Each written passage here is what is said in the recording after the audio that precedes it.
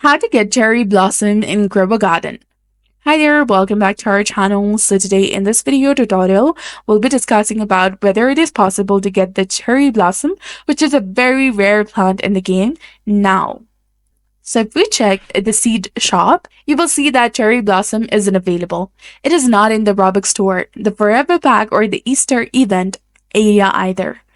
It wasn't even the super seed packs. It's literally nowhere to be found. So how do you get the cherry blossom? Unfortunately, it is not available. It is currently unobtainable. In the past, there was a glitch where buying strawberry seeds with Robux would give you a cherry blossom tree, which was pretty wild. However, the glitch has been fixed, so you can no longer get it that way.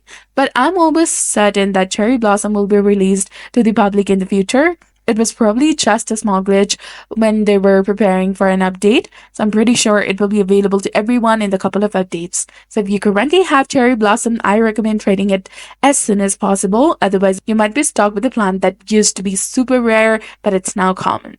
So that's it for the video in Grow a Garden. I hope you found this informative. If you did, please like, share, and subscribe. Thanks for watching. See you in the next one.